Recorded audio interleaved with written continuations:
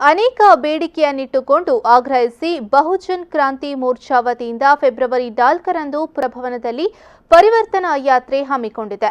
ಈ ಬಗ್ಗೆ ಸುದ್ದಿಗೋಷ್ಠಿಯಲ್ಲಿ ದಲಿತ ಸಂಸದ ರಾಜ್ಯ ಸಂಚಾಲಕ ಉದಯ್ ಕುಮಾರ್ ತಲ್ಲೂರು ಮಾಹಿತಿಯನ್ನ ನೀಡಿದರು.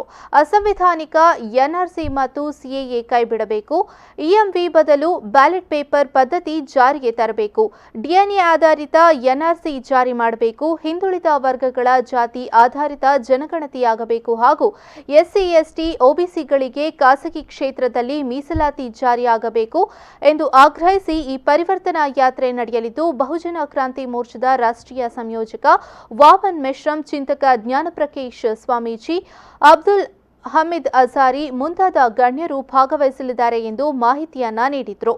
ಜಾತಿ ಆಧಾರಿತ ಮತ್ತು ಈ ದೇಶದಲ್ಲಿ ಆಗಿರತಕ್ಕಂತಹ ಅಧಿಕಾರವನ್ನು ಪಡ್ಕೊಂಡಂತಹ ಕೇಂದ್ರ ಸರ್ಕಾರ, ಬಿಜೆಪಿ ಸರ್ಕಾರ